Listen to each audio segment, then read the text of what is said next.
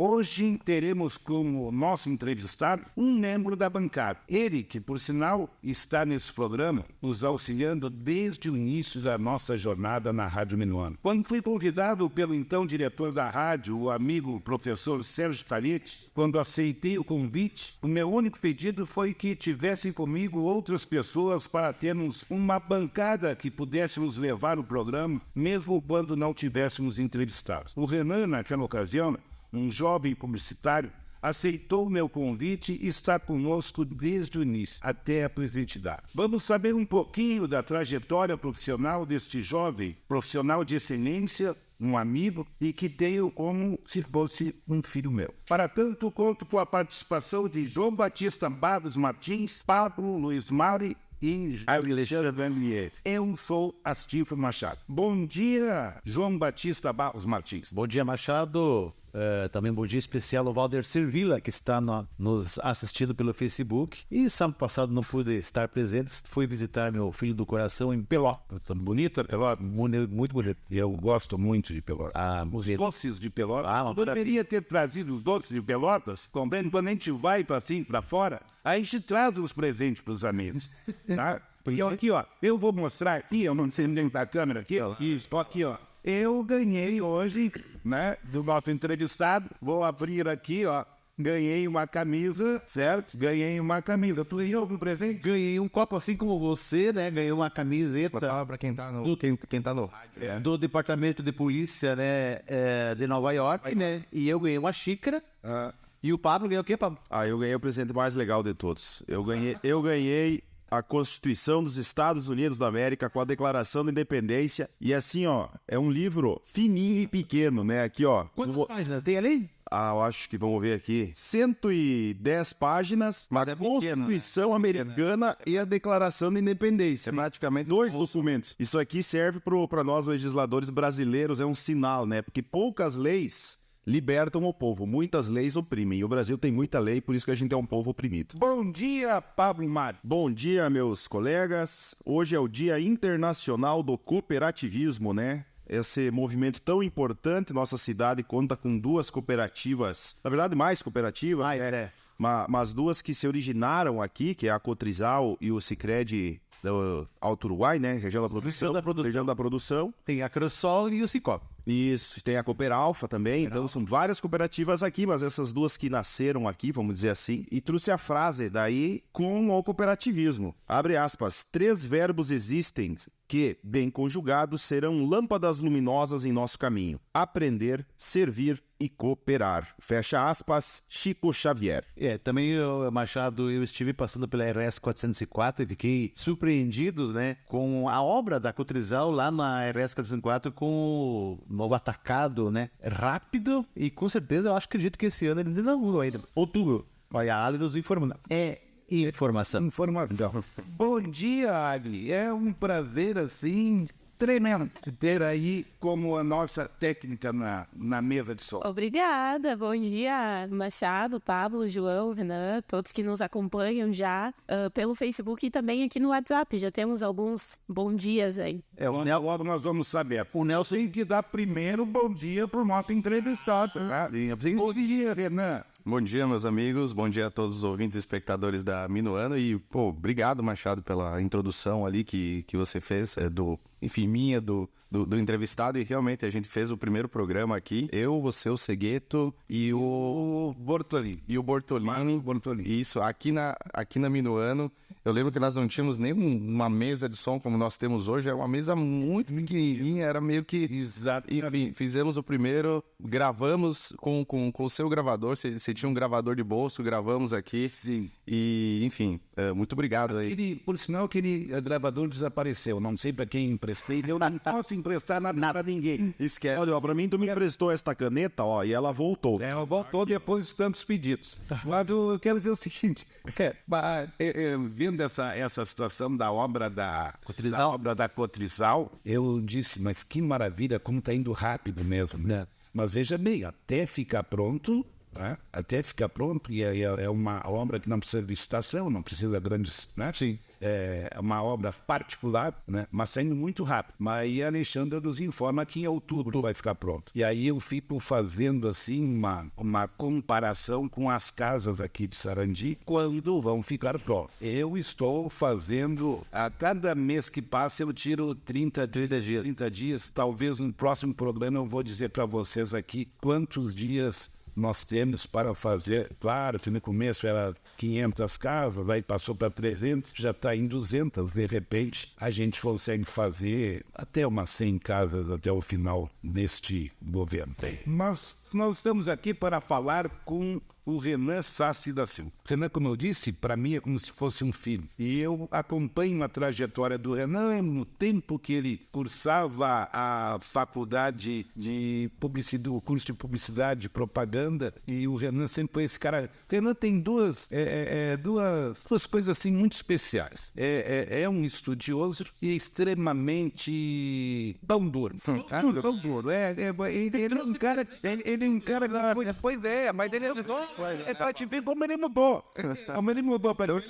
Porque ele era um cara assim, e tão estudioso, tão apaixonado pelo conhecimento e também pelo dinheiro, que ele dizia, Machado, tinha vezes que o professor lá faltava, não ia à aula, ele dizia, olha aqui, ó, eu estou pagando, então... aí ele pagava a faculdade do meu bolso, né? Fazia até as contas o seguinte, né? Um professor não estava deixando de receber conhecimentos e o dinheiro estava saindo, mesmo nota estava saindo do bolso. Então ele reclamava por isso. Corretamente. E aí eu via, quando o Renan estava cursando o curso de publicidade e propaganda, que eu sempre dizia assim, vai ser um ótimo publicitário. Mas a coisa, claro, não estou dizendo que não foi um ótimo publicitário, mas a coisa avançou para um outro lado.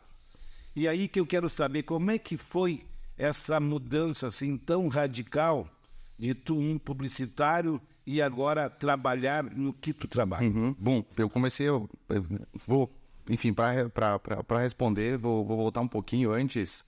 No tempo eu comecei uma empresa de recarga de cartuchos aqui na cidade. Quando eu tinha 15 anos, meu pai veio de algum compromisso e trouxe uma revista Pequenas Empresas e Grandes Negócios. E aí, nessa revista, tinha lá 10 ideias de negócio para 2000 e alguma coisa, né? Eu li aquilo e falei, ó, tá aqui, ó, vou montar esse negócio. Esse negócio serve aqui na cidade. E aí, eu pedi pro meu pai e pra minha mãe, olha, eu quero montar um negócio aqui na cidade, não sei o quê, precisava de investimento, eu não tinha 14 anos de idade na época. E aí eles, pô, que legal, quer montar um negócio, mas espera aí um pouquinho, vamos ver se é realmente isso que tu quer, ver se não é fogo de palha, enfim. E eu fiquei incomodando, pedindo, até que meu pai me emprestou, deu praticamente o dinheiro, era 7, 8 mil reais para montar um negócio de recarga de cartuchos, e eu tinha 15 anos na época, né? Eu tava na 7ª para 8ª série. E aí comecei a recarregar cartucho, comecei a vender na escola, vender para outros clientes, entregar cartucho de bicicleta, comecei a montar minha empresa. E aí eu disse, caramba, essa empresa aqui eu vou administrar da maneira que eu acho que é certo, enfim, vou fazer a coisa acontecer. E eu me vi cometendo erros na minha empresa. Falei, caramba, eu não sei fazer isso aqui. Eu achava que sabia, tenho as melhores das intenções, mas eu não sei, né? Me dei conta que eu não sabia. Aí eu comecei a ler. Até aquele momento eu não lia, Machado, praticamente nada. Ali o que o professor mandava ou praticamente obrigava. E eu comecei a ler, comecei a me interessar pelo assunto. Eu não sabia, não tinha dividido as matérias, administração, contabilidade, enfim, não tinha. Mas eu comecei a ler tudo que era algo relacionado a empreendedorismo, a empresas e tudo mais, e comecei a me interessar pelo assunto. E a empresa começou a ir bem, começou a melhorar, comecei a vender mais. Aí contratei meu melhor amigo, o Augusto Kern. Isso, o Augusto Kern. Depois, com 17 anos, eu comprei uma outra empresa de distribuição de jornais e revistas aqui na cidade, na região, e fui me desenvolvendo assim. Eu falei, caramba, e aí eu fiz essa relação de causa e efeito, o quanto eu estudava com o resultado que eu tinha na minha empresa, né? E aí, quando eu tinha 18 anos, decidi, olha, o que eu vou estudar? Eu não tinha, eu acho que maturidade para decidir, né? Não tinha essa visão de longo prazo, e eu achava que o que mais tinha a ver comigo, porque eu me considerava um cara criativo, gostava de inventar coisas, enfim, era publicidade e propaganda, né? E estudei, fui para o UPF, e aí foi retomando, né, que o Machado falou que eu sou pão duro. Imagina, eu comecei a empresa com 15 anos de idade, Machado pagava praticamente o curso, pagava tudo, né? Praticamente tudo, menos moradia, né? Que eu morava com meu pai e com a minha mãe. E aí tu dá valor pro dinheiro, né, Machado? Tu vê quantos cartuchos tu tem que recarregar para conseguir pagar o ônibus, para conseguir pagar o lanche, para conseguir pagar a faculdade.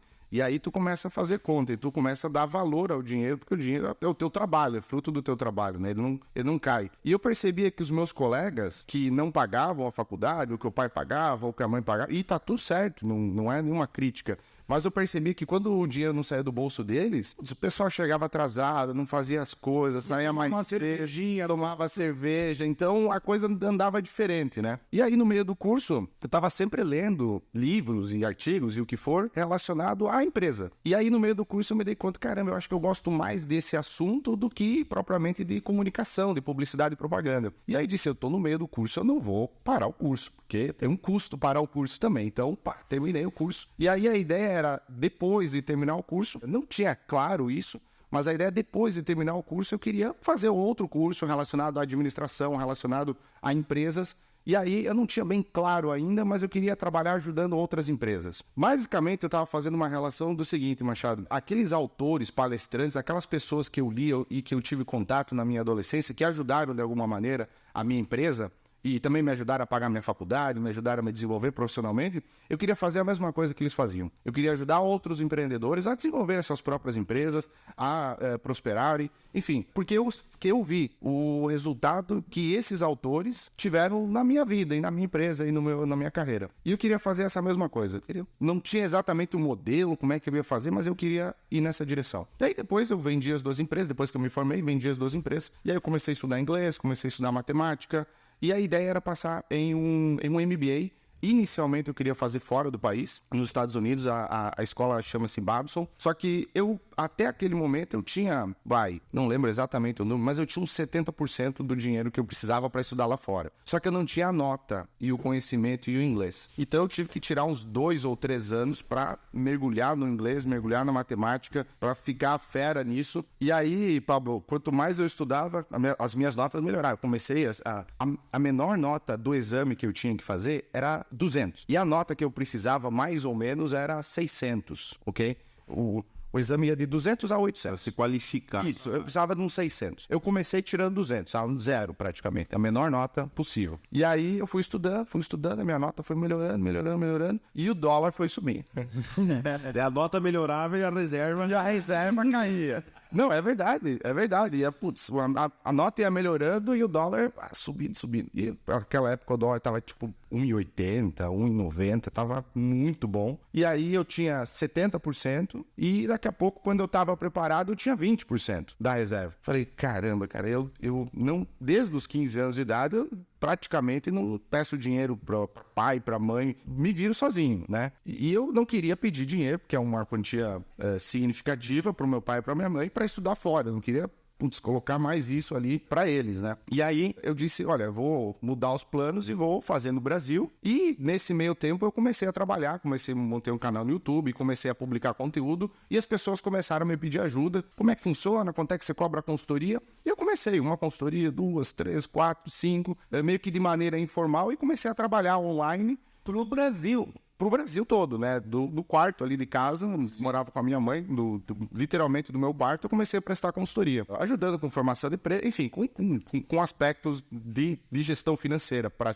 propriamente dito, né? E aí depois eu passei, enfim, respondendo a tua pergunta, essa foi...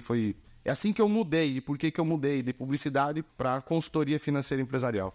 Só ficou agora. Não. Tu tem que falar. São 9 horas e 26 minutos. Antes que tu fale aqui, eu quero dizer para todos, aqueles que nos ouvem e aqueles que dizem que não nos ouvem. O programa, por que eu sempre achei que o Renan iria dar certo? Nós aqui fazendo nosso programinha pequenininho, aquela mesa pequena, e o Renan um dia chega para mim, ele costuma me chamar de chefe, né? Eu disse, chefe, quem sabe nós colocamos nosso programa no Facebook? Eu digo, putz, esse guri tá viajando, né? olha, a rádio aqui, nós na Rádio Minuano, nenhuma rádio da região ainda fazia programa pelo Facebook. Eu quero dizer para vocês que o programa Atualidade 104.9 foi o primeiro programa na região. Depois, claro, todas elas copiaram, mas eu copiar é bacana. Quando é bom, tem mais é que copiar, né? E aí o seguinte, foi graças ao Renan que chegou, trouxe maquinário e filmava isso e aquilo e colocamos no ar o Atualidades via Facebook também. Fala. Machado, só complementando aí, nós também agradecemos ao Pablo, porque além das transmissões, né, pelo Facebook, ele também nos deu a dica do StreamYard, né, que é um aplicativo que a gente usa bastante no Visão Regional, entrevistando pessoas de outra localidade. Exatamente, também foi no programa Atualidades que começaram as primeiras entrevistas com gente em Porto Alegre, gente em tudo quanto... Aonde tiver, né? Recentemente nós entrevistamos alguém lá na Alemanha, então... Que legal. Exatamente. O que é que tu queria... Eu queria pegar o gancho aqui da fala dele. Ele comentou sobre que ele iniciou na publicidade, porque com 17, 18 anos o cara não sabe muito bem o que quer da vida. E é verdade. Uma pressão por tu com 18 anos de idade decidir o teu futuro. Os próximos 50.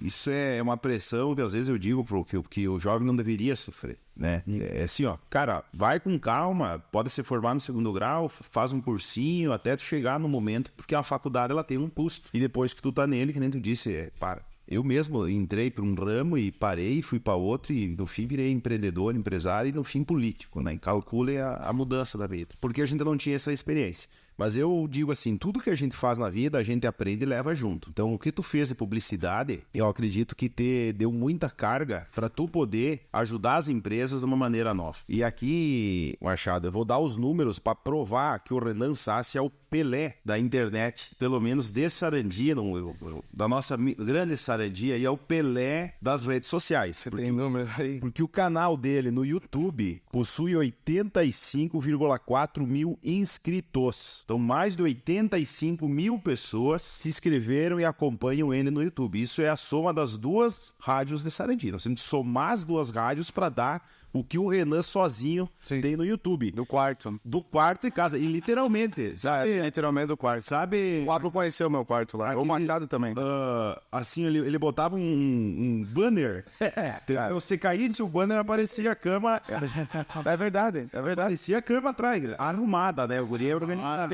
Tem vários vídeos ali que eu tenho um banner atrás que literalmente se caísse, tá a cama e o guarda-roupa. E ele tem um vídeo com 1 milhão de visualizações. É o vídeo Como Calcular Margem de Lucro.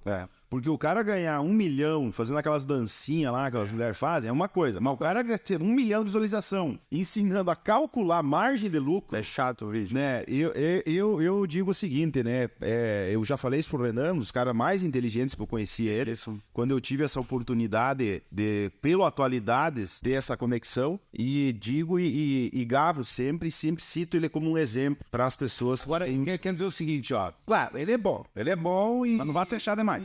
Eu fico feliz de ter a capacidade de notar que ele era bom lá no início. Antes dele saber que ele era bom. Quando começou a Atualidades aqui. Agora, o irmão dele é um outro cara que eu quero trazer pra cá, né? É um outro cara que a gente vê que o cara tá muito bom. Tá muito bom. Também não sei se tem essa quantidade de visualizações. Já vou falar, ó. Ele tá com 58 mil inscritos. O Alessandro. Cara, é brincadeira. Bem, são 9 horas e 31 minutos. Nós vamos aos nossos apoiadores culturais e logo retornamos para essa conversa.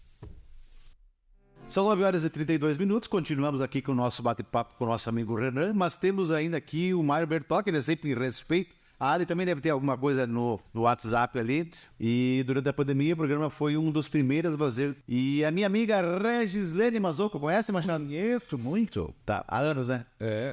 Bom dia a todos, querido Renan, te admiro muito e te desejo todo o sucesso do mundo. Um grande abraço. Aqui, João, no WhatsApp, nós temos o estacionamento do Polidor, que tá ouvindo lá na Armínio da Silva aí, né? Nós temos o Cena Gastro, aqui embaixo, tá cozinhando e ouvindo Atualidades. A Maria Nilve tá ouvindo também. E o pessoal da Minuano tá agora na Praça Farroupilha, onde as cooperativas estão reunidas, né, no dia C do cooperativismo e estão ouvindo no rádio, cara. Tem que dizer lá pro Polenta, no Polidoro, que o meu carro tá lá. Ele que limpe bem o meu carro, como sempre limpou. Não fica dando muita atenção aqui no nosso programa e não cuidando do meu carro. Ah, sim. Eu quero o meu carro como Limpo e cheiroso. Olha, e eu quero dizer para vocês, cara. Eu já falei para vários amigos aí. É um local excelente para limpeza do carro. Ele limpou meu carro, lavou meu carro e ainda tá lá com um cheirinho. Deixei lá hoje e tá ainda. Ele usa um produto, João, que o teu carro tá sempre cheiroso. É uma maravilha. Atualidade em busca de novos colaboradores, patrocinadores, apoiadores. Primeiro é o seguinte, que os nossos apoiadores, eu quero dizer para vocês, graças a Deus, eu nunca corri atrás de apoiadores. Graças a Deus, as pessoas, e tem aquela coisa, aqui é nosso apoiador, quem realmente a gente acredita. Eu não vou pegar qualquer um aí, compreende? Mas não estamos precisando de apoiadores. Mas se vier, nós não... Se vier, bem-vindo. É muito bem-vindo. Mas tá, vamos lá. Qual é a pergunta agora pro...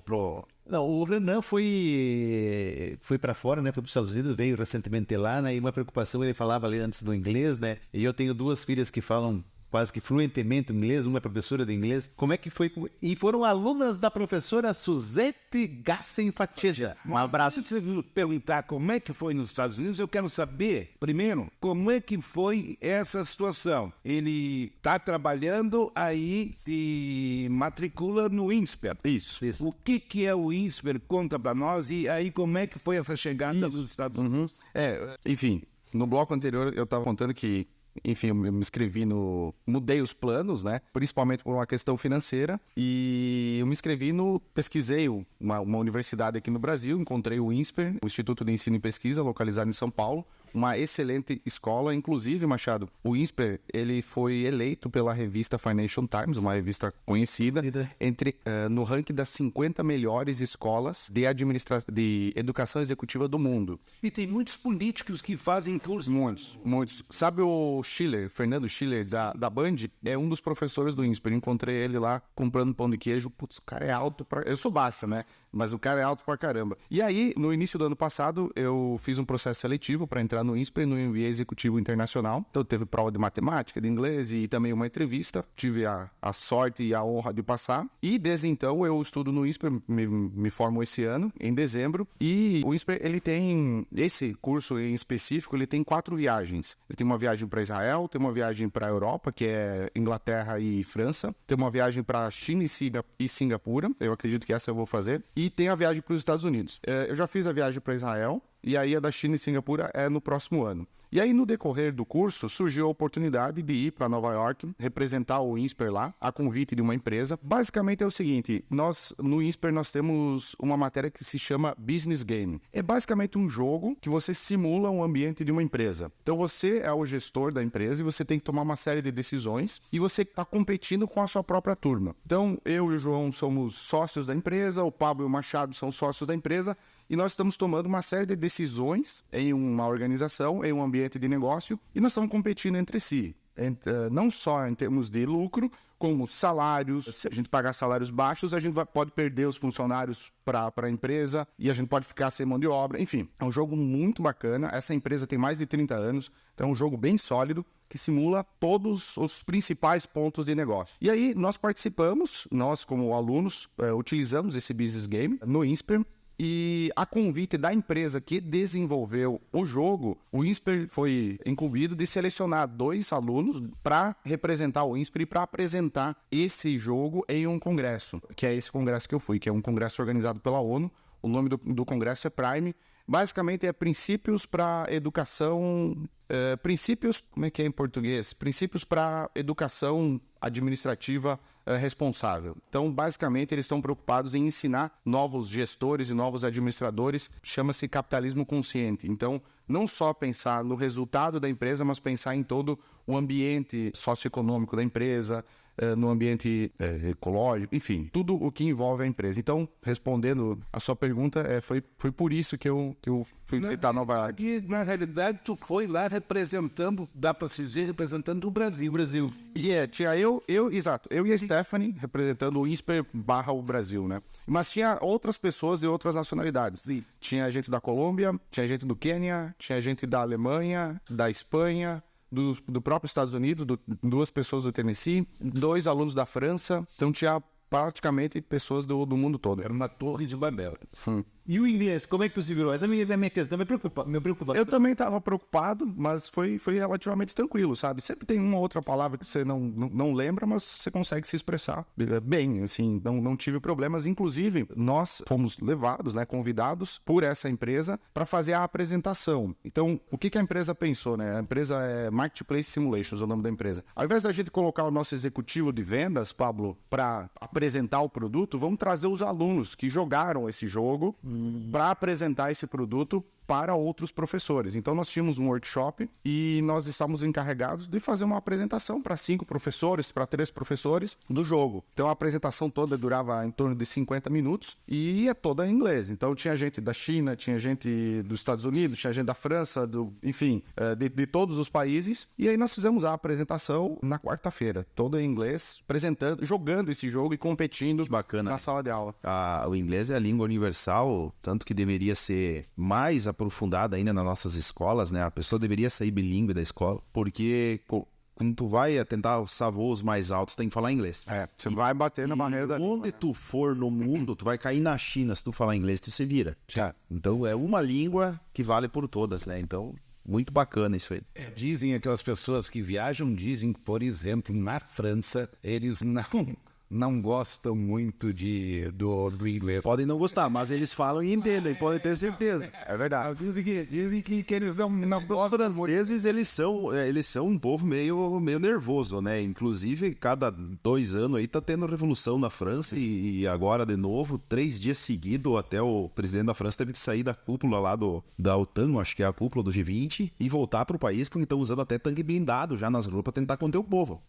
Depois que começa, né, eu acho que eles têm aquela veia da Revolução Francesa muito forte, então os franceses não dá pra brigar muito com eles. Renan, além do curso Elório, tu lá em Nova York, tu conheceu vários lugares. O que mais te chamou a Então, a primeira coisa que me chamou a atenção foi do posicionamento da empresa. Eu cheguei no domingo lá e ia voltar na próxima semana. Eu achei, olha, a gente vai chegar no domingo, a empresa está investindo um valor considerável para trazer um monte de gente aqui. Eu achei que a gente ia chegar no domingo e ia trabalhar que nem uns loucos até o final da semana. E aí depois, a gente disse, olha, depois eu vou conhecer, né? E foi exatamente ao contrário. Não que nós não trabalhamos, mas nós chegamos no domingo, vamos fazer um passeio, e aí, enfim, todos os principais pontos, a Estátua da Liberdade, o Empire State Building, o Central Park, Torre de Wall Street, a Bolsa de Valores, enfim, todos esses principais pontos nós tivemos o prazer de visitar, tudo dentro do próprio evento, né? Tudo organizado ali para, enfim, os horários para não atrapalhar. A gente conseguiu fazer a nossa apresentação, eu acredito que foi bem sucedida a apresentação, tinha muita gente e também conseguimos conhecer esses pontos, mas praticamente esses os principais nós conseguimos visitar. Outra coisa que eu quero, que a gente sabe, porque quem te acompanha, né, as tuas redes sociais, a gente vê muitos dos teus clientes dizendo, eu vivia uma situação tal, e graças a essa assessoria, essa consultoria me dada pelo Renan, o meu negócio melhorou substancialmente. Me fala essa situação assim, quando o empresário, porque é muito difícil, né, para o empresário dizer, eu estava lá, tipo, quebrando e graças a Deus resolvi, né, a minha situação. Como é que é feito este contato? É tudo, ou tu não precisa ir na cidade do sujeito, ele te mostra, ele te dá um raio-x da empresa e tu vai chegar e dizer, é por aqui, é assim que funciona? Como é que funciona?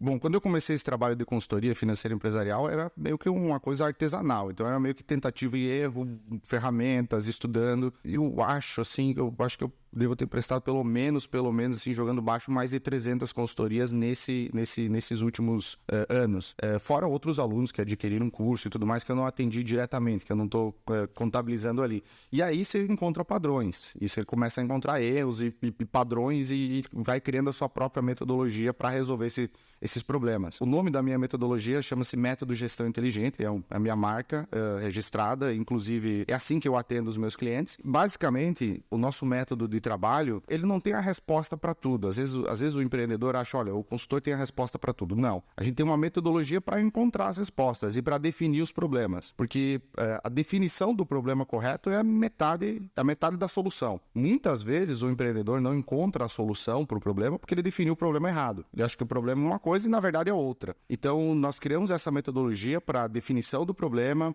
para estudar de fato o problema, e nós utilizamos ferramentas de gestão financeira, né, que são conhecidas já, que são antigas, para fazer um diagnóstico financeiro da empresa e para indicar melhorias para o empreendedor. Então, não é uma fórmula mágica que aponta a direção. Muitas vezes, no início do trabalho, a gente não sabe qual é a direção correta, mas nós temos uma metodologia para encontrar, primeiro, para definir o problema, e segundo, para encontrar a solução do problema. Por exemplo, grandes consultorias como a Falcone, que é uma das maiores do Brasil, eu acho que tem mais de 1.500 consultores, utilizam um método científico criado por René Descartes em 1500. Então, desde 1500, o francês, o René Descartes, criou o método científico, e hoje no Brasil está sendo utilizado exatamente esse mesmo método para Ambev, para Vale do Rio Doce, para Taesa, para Petrobras, exatamente o mesmo processo. Claro que tem algumas variações, tem algumas ferramentas a mais que você coloca nesse método, mas é exatamente a metodologia que nós utilizamos hoje.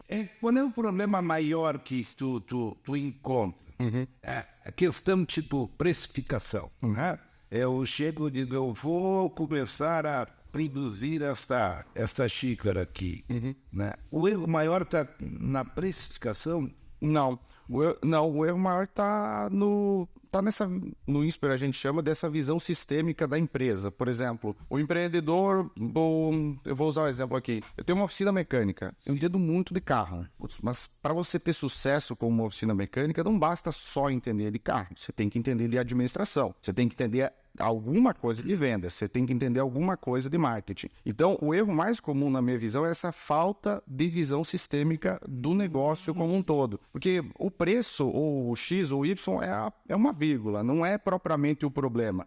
O empreendedor tem que ter essa visão sistêmica. Por exemplo, a pessoa fala muito bem, vou abrir uma rádio. Você tem que saber vender. Você tem que entender de tecnologia, você tem que entender de rede social, você tem que entender de administração para ter sucesso com a rádio. Não basta só, é um ponto muito bom você ser bom em mecânica para ter uma mecânica, você ser um ótimo cozinheiro para ter um restaurante, mas não basta só isso, você tem que ter essa visão 360 da organização. Esse ponto aí eu acho que é bem importante, porque realmente é o que faz as empresas quebrar. Tudo é o exemplo do mecânico. Se ele é um bom mecânico, ele é um bom mecânico. Não é que ele vai ser um bom empresário. E infelizmente no Brasil nós não temos uma cultura empreendedora que prepara as pessoas para serem empresárias. Então o cara é muito bom e os caras dizem, não, vai por conta. Tu é um baita funcionário, vai por conta. Mas ele era um baita prestador de serviço. Para ele ser um bom empreendedor, ele tem que entender da finança, ele tem que entender do juro, ele tem que entender da venda, tem que entender do marketing, posicionamento de mercado. Exatamente. E essas skills, elas não são ensinadas para nós na escola. Daí que entra o serviço que tu presta, que é a consultoria.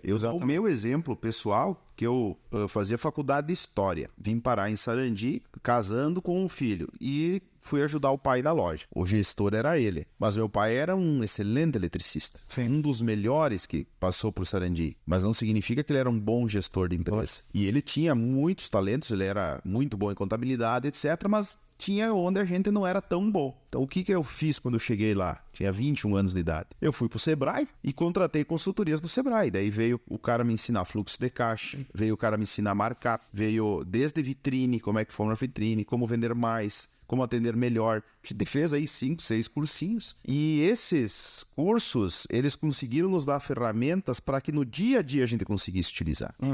Porque não adianta tu fazer lá um ahahá e termina e no outro dia tu volta pra tua empresa e continua fazendo tudo igual. Tu tem que pegar algo que te dê uma ferramenta que no dia seguinte tu consiga implementar e daí tu começa a ver a mudança. E daí quando tu começa a ver a mudança, daí tu começa a se empolgar. Claro. Daí tu faz outro, até que tu cede, agora eu tô bem. Então, nossa empresa passou por isso há cerca de 12, 13 anos atrás, que foi quando a gente conseguiu se solidificar no ramo, solidificar como empresa. O pai, ele pôde... Hoje ele nem participa mais da gestão da empresa, né? A gente brinca que a gente aposentou ele, né? Claro que ele sempre que a gente precisa ele ajuda, mas ele já não tem mais uma função porque ele conseguiu... Nós conseguimos criar uma empresa que funcionasse por si só. Porque senão eu costumo dizer, a maioria das empresas funciona pelo trabalho intensivo do cara. Daí o cara, ele é um bom mecânico, não é bom empreendedor, ele trabalha como mecânico para ele mesmo, mas que nem um louco. É das 7 da manhã às 8 da noite. É bem isso. E às vezes só uma mudança ali no funcionamento, ele consegue trabalhar um pouco menos e manter o seu... João, eu dentro da minha ignorância aqui, eu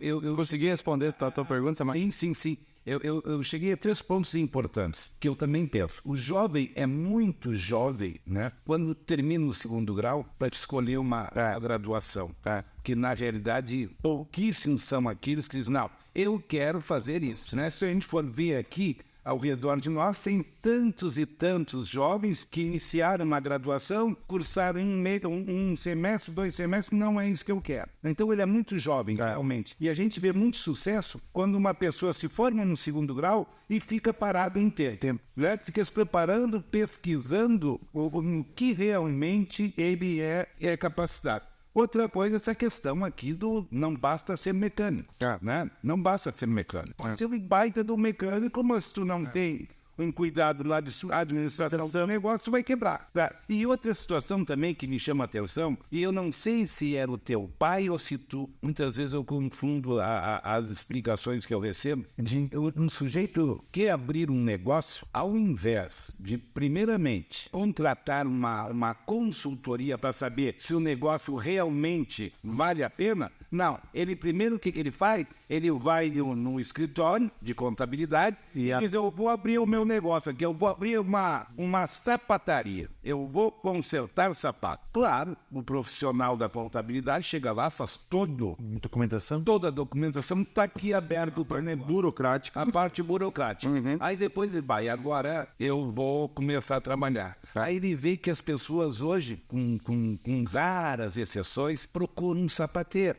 não é? E aí o negócio dele... Aí ele tem que gastar mais dinheiro para fechar o negócio. Né? Então, veja a importância... E nesse ponto aqui, ele queimou o capital dele. Porque às vezes o cara, agora eu saí da empresa ali, consegui um dinheirinho aqui, tô com um recurso, vou abrir o meu negócio. E daí termina o processo, ele voltando a ser empregado e sem o capital.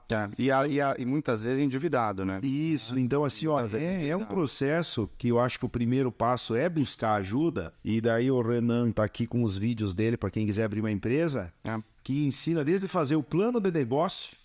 Né, eu tenho certeza que Foi o primeiro vídeo que eu publiquei, como fazer um plano de negócio. Gravei no domingo de noite, terminei quase 1h da manhã esse vídeo. Eu tive que fazer 78 cortes de tanto que eu errei nesse vídeo. Mas foi o primeiro vídeo do canal, eu vou dar quase 2 horas. Que é isso? Me permite.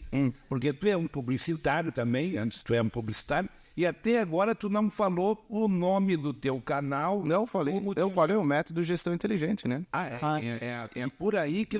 Não, o método é o nome do meu trabalho. Procura por Renan Sassi. Renan Sassi. Eu quero... Era famoso no YouTube, ele consegue usar o próprio nome.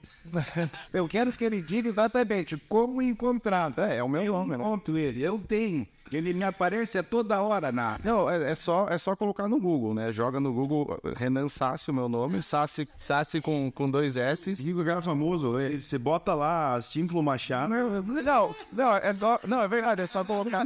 E olha que não é um nome comum. Não dá nada. É só colocar Renan Sassi no Google, vai aparecer o meu YouTube, meu site, enfim. João Batista. A Nereide Carraro de Vargas, minha amiga Nereide, né? Bom dia, um excelente programa, como sempre. A Gabriela Carbone, orgulho é pouco, voa, Renan. Aí a Gabriela. A administração é pouco, voa, Renan. A Denise Santos Mari, conhece, Pablo? Parabéns, Renan, sucesso. E o Mário Bertocchi, muito bom o programa de hoje. Interessante ouvi-los. É muito legal. Renan, essa diferença do Brasil para os Estados Unidos no empreendedorismo, assim, o que tu vê de mais distinto? Porque aqui, como vocês colocaram, né, a gente não tem essa cultura de ensinar nas escolas o passo a passo para a pessoa ser um empreendedor. E lá, assim, o que tu vê da... Eu vejo que a principal diferença aqui no Brasil, o empreendedorismo é muito mais um empreendedorismo por necessidade. necessidade. Então a pessoa não conseguiu emprego, ou a pessoa não consegue ganhar o que ela gostaria de ganhar por conta dos encargos trabalhistas numa empresa. Então a saída que ela encontra é: eu preciso empreender. Eu preciso melhorar de vida, e o meio para eu melhorar de vida é o empreendedorismo. Eu percebo que na cultura americana, a percepção que eu tenho é que o empreendedorismo é muito mais voltado para: eu quero conquistar minha liberdade financeira, eu quero enriquecer. Então eu vou montar um negócio com esse objetivo. Não que não exista empreendedorismo por necessidade, mas a visão que eu tenho é que no Brasil ele é muito mais por necessidade, e nos Estados Unidos ele é muito mais por essa questão de progredir, de enriquecer. E eu queria pegar esse gancho e dizer o seguinte: lá nos Estados Unidos, o empreendedor, quando o cara fica rico, essas coisas, ele é um exemplo. E no Brasil a gente tem uma cultura que se o cara começa a se dar bem, os caras dizem: esse aí tá roubando. Tá roubando, só pode estar roubando.